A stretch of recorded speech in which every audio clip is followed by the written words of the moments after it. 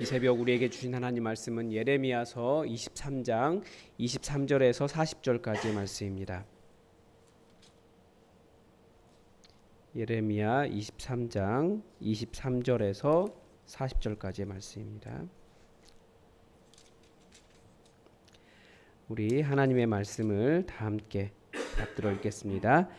여호와의 말씀이니라. 나는 가까운 데 있는 하나님이요 먼 데 있는 하나님은 아니냐. 여호와의 말씀이니라. 사람이 내게 보이지 아니하려고 누가 자신을 은밀한 곳에 숨길 수 있겠느냐. 여호와가 말하노라. 나는 천지에 충만하지 아니하냐. 내 이름으로 거짓을 예언하는 선지자들의 말에 내가 꿈을 꾸었다고 말하는 것을 내가 들었노라. 거짓을 예언하는 선지자들이 언제까지 이 마음을 품겠느냐. 그들은 그 마음에 간교한 것을 예언하느니라. 그들이 서로 꿈꾼 것을 말하니 그 생각인즉 그들의 조상들이 바알로 말미암아 내 이름을 잊어버린 것 같이 내 백성으로 내 이름을 잊게 하려 함이로다. 여호와의 말씀이니라. 꿈을 꾼 선지자는 꿈을 말할 것이요 내 말을 받은 자는 성실함으로 내 말을 말할 것이라. 겨가 어찌 알곡과 같겠느냐. 여호와의 말씀이니라. 내 말이 불 같지 아니하냐. 바위를 쳐서 부서뜨리는 방망이 같지 아니하냐. 여호와의 말씀이라. 그러므로 보라, 서로 내 말을 도둑질하는 선지자들을 내가 치리라. 여호와의 말씀이니라. 보라, 그들이 혀를 돌려 여호와가 말씀하셨다 하는 선지자들을 내가 치리라. 여호와의 말씀이니라. 보라, 거짓 꿈을 예언하여 이르며 거짓과 헛된 자만으로 내 백성을 미혹하게 하는 자를 내가 치리라. 내가 그들을 보내지 아니하였으며 명령하지 아니하였느냐. 그들은 이 백성에게 아무 유익이 없느니라. 여호와의 말씀이니라.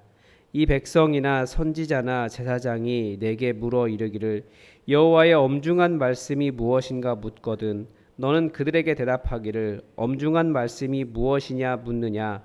여호와의 말씀에 내가 너희를 버리리라 하셨고 또 여호와의 엄중한 말씀이라 하는 선지자나 제사장에게나 백성에게는 내가 그 사람과 그 집안을 벌하리라 하셨다 하고 너희는 서로 이웃과 형제에게 묻기를 여호와께서 무엇이라 응답하셨으며 여호와께서 무엇이라 말씀하셨느냐 하고 다시는 여호와의 엄중한 말씀이라 말하지 말라. 각 사람의 말이 자기에게 중벌이 되리니 이는 너희가 살아계신 하나님 만군의 여호와 우리 하나님의 말씀을 망령되이 사용함이니라 하고 너는 또 선지자에게 말하기를 여호와께서 내게 무엇이라 대답하셨느냐. 여호와께서 무엇이라 말씀하셨느냐. 너희는 여호와의 엄중한 말씀이라 말하도다. 그러므로 여호와께서 이와 같이 말씀하시되 내가 너희에게 사람을 보내어 너희는 여호와의 엄중한 말씀이라 하지 말라 하였으나 너희가 여호와의 엄중한 말씀이라는 이 말을 하였은즉 내가 너희를 온전히 잊어버리며 내가 너희와 너희 조상들에게 준 이 성읍을 내 앞에서 내버려 너희는 영원한 치욕과 잊지 못할 영구한 수치를 당하게 하리라 하셨느니라. 아멘. 어제 본문에 이어서 계속해서 선지자들, 잘못된 선지자들의 관행 이런 것에 대해서 경고를 주고 계십니다. 어제 본문인 앞본문, 어제 본문에 대해서 선지자에 대한 경고, 그리고 오늘 뒷부분 이 선지자에 대한 경고 사이에 잠깐 신학의 문제를 함께 다루고 있습니다. 우리가 알다시피 신학이란 하나님은 어떤 분이시다라고 이렇게 생각하는 집단적 사고입니다. 그래서 한 교회 어떤 모양을 이루게 되는데 그 모양이 나오게 되는 이유는 어떤 신학을 바탕으로 하고 있습니다.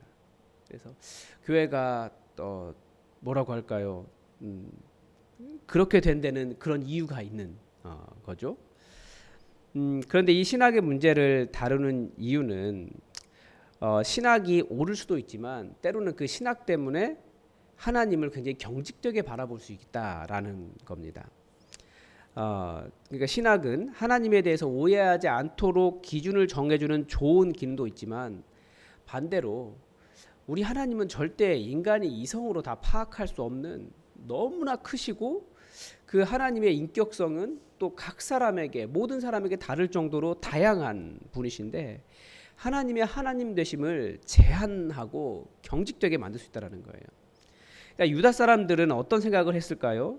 사실 이제 오늘 여호와는 가까이 계신 하나님이시냐라고 묻지 않고 가까이 계신 하나님이시다라가 원래 말입니다. 사람들이 오해하는 거예요. 그런데 여호와 하나님이 가까이 계신 하나님이시다. 아주 좋은 말씀입니다. 어떨 때 좋습니까? 하나님께서 우리와 멀리 계시지 아니하시고 우리의 기도를 들어주시고 우리에게 언제든지 손을 뻗어서 구원하시는 그런 분이라고도 이해할 수 있습니다.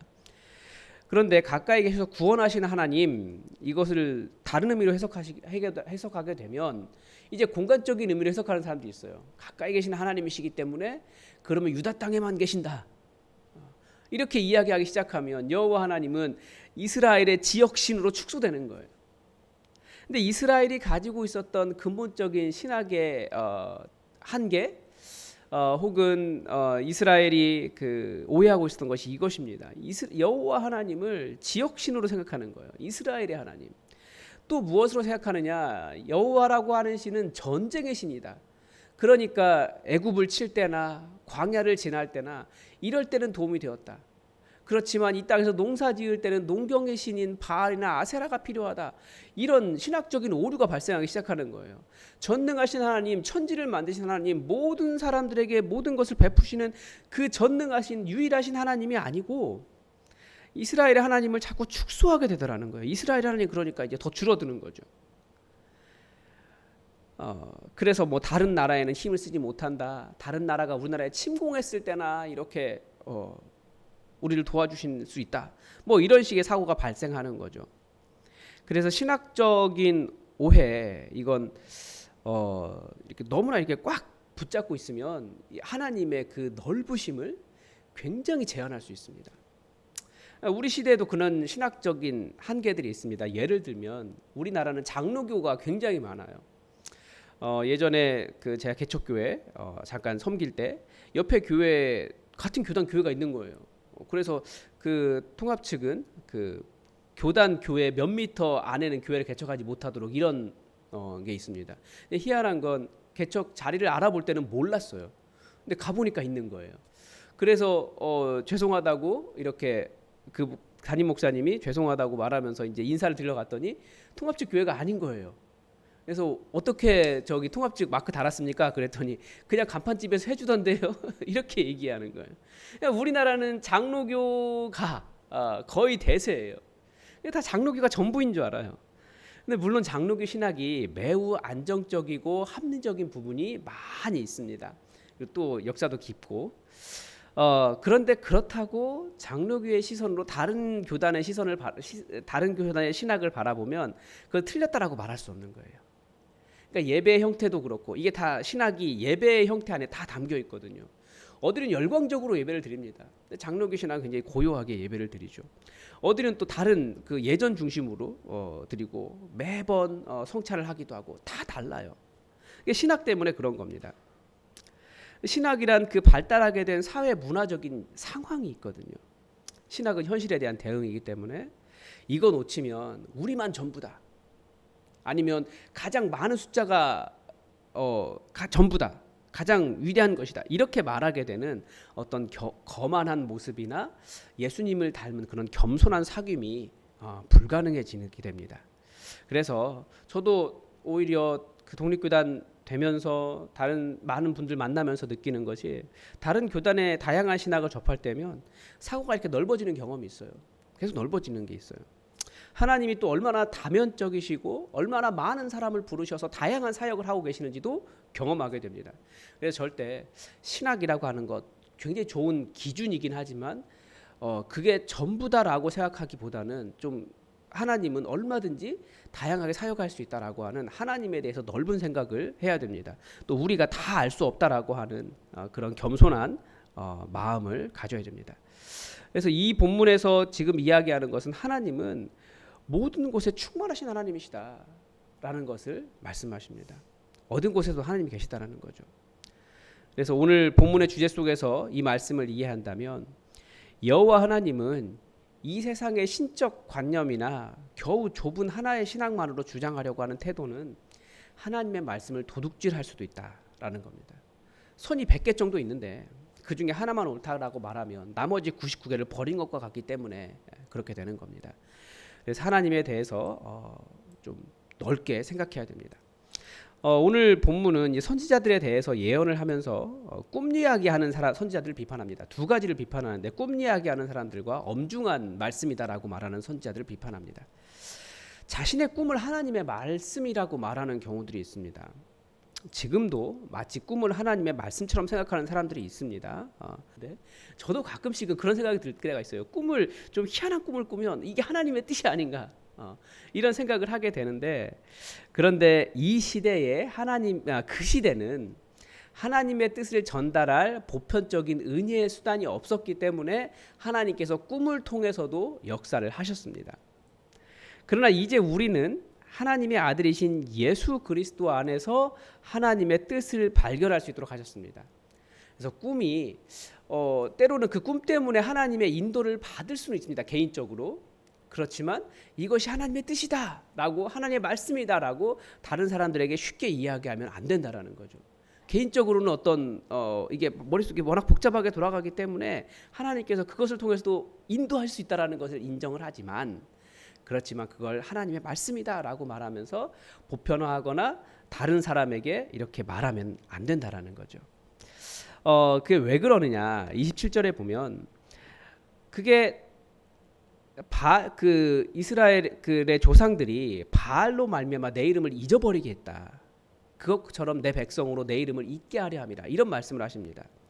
그러니까 여호와 하나님을 섬기는 일을 바알 섬기는 것처럼 할 수 있다라는 거죠. 무엇입니까? 여호와 하나님의 그 권능, 그 하나님의 말씀, 하나님 그분보다는 자꾸 내가 더 위대한 사람처럼 보이게 할 수 있다라는 거예요. 그러면서 여호와 하나님보다는 자꾸 내가 더 부각되는 그런 일이 생기기 때문에 그렇습니다. 이 시대에도 간혹 그런 분들이 있습니다. 한때, 지금도 보니까 여전하더라고요. 한때 인기가 굉장히 있었는데 지금도 있는가 해서 어제 찾아봤는데 지옥 목소리 혹시 아십니까? 지옥 간 사람들의 목소리. 지옥에 누구누구 있다라고 하면서 목소리 무섭게 이렇게 바꿔가지고 방언 막 하면서 막 우는 그런 인터넷이 있어요. 인터넷. 그러니까 예전에는 테이프로 나왔는데 요즘은 테이프도 아니고 인터넷에 유튜브에 올라오니까 지금도 하더라고요. 방언하면서 막 울어요. 그러면서 지금 이 방언이 칼빈이 지옥에 가서 눈물 흘리고 후회하고 있는 것이다. 이런 하는 사람이 있어요. 그런데 조회수가 엄청나요. 돈 돼요. 시청자가 많아요. 근데 칼빈만 그런 게 아니고 뭐 유명한 목사님들 다 거기 그렇게 다 지옥 갔다고 자기만 따라오라는 거죠. 그런 식으로 하나님의 말씀 따라가기보다 잘못하면 사람 쫓게 만드는 그런 도구로 사용될 수 있다. 그래서 그렇게 하지 말아라 라는 겁니다. 그래서 인간이 얼마든지 오해할 수 있기 때문에 겸손하게 말씀에 귀를 기울이고 하나님의 말씀 따라가고 순종하는 사람이 되도록 우리에게 성경이라고 하는 것이 있기 때문에 하나님의 말씀 성경에 우리를 묶어두신 겁니다. 큐티의 유익이 그것이잖아요. 내가 정하지도 않았고 내가 듣고 싶은 말만 듣는 것이 아니라 순서대로 말씀을 보면서 하나님의 말씀을 있는 그대로 듣고 다양한 도전을 받고 있지 않습니까? 우리 예레미야도 그렇지 않으면 우리가 예레미야를 보기가 쉽지 않아요. 그래서 우리가 내가 내 삶의 주인이라고 생각하기보다 하나님이 주인 되시는 것을 계속해서 드러낼 수 있으면 좋겠습니다. 또 다른 말씀에 대한 어떤 도둑질은 이것이 엄중한 말씀이다, 하나님의 엄중한 말씀이다 라고 하는 행동입니다. 참 이해하기 어려운 말입니다. 우선 선지자들과 제사장들이 그렇게 묻기도 한다는 겁니다. 하나님의 엄중한 말씀이 무엇이냐. 또 일반 대중들도 그렇게 묻는다 그래요. 하나님의 엄중한 말씀이다.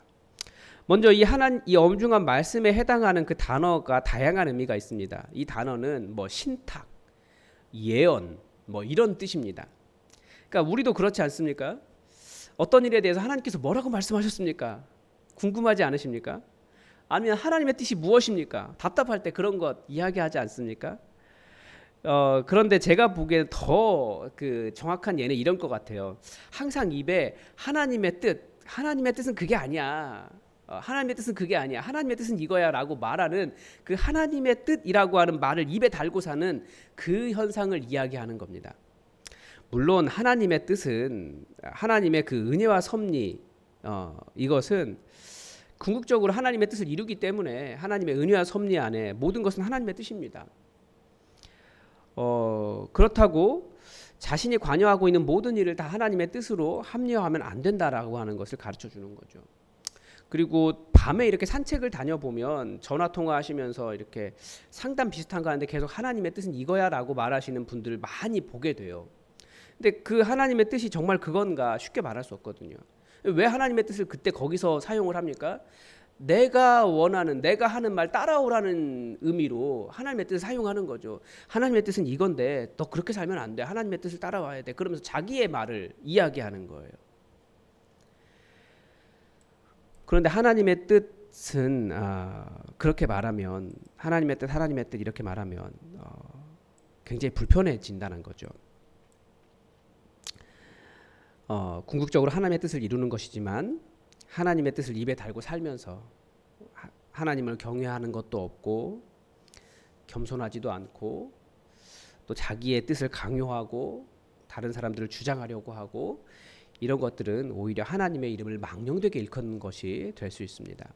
그래서 예레미야는 맨날 그렇게 입에 하나님의 뜻 달고 살지만 실제 삶에서는 하나님께 순종하지 않는 그들을 향해서 그 땅의 선지자들을 향해서 내가 너희를 버릴 것이다 라는 하나님의 말씀을 전달합니다. 그게 하나님의 뜻이라는 거예요. 하나님의 보편적인 뜻은 이미 다 성경 안에 드러나 있습니다. 세상이 말하는 정의와 공의가 아니라 하나님을 닮은 정의와 공의입니다. 그리고 하나님의 뜻은 모두 다 예수 그리스도 안에서 우리가 계속해서 발견할 수 있습니다. 예수님을 닮아가기 위해서 예수님의 모습을 따라간다면 얼마든지 하나님의 뜻을 우리는 발견할 수 있습니다. 그래서 하나님의 정의와 공의를 따라 내가 손해봐도 예수님처럼 십자가 지고 또 오해를 받는다 할지라도 나를 내려놓고 하나님의 뜻을 이루는 것이 그게 바로 하나님의 뜻입니다.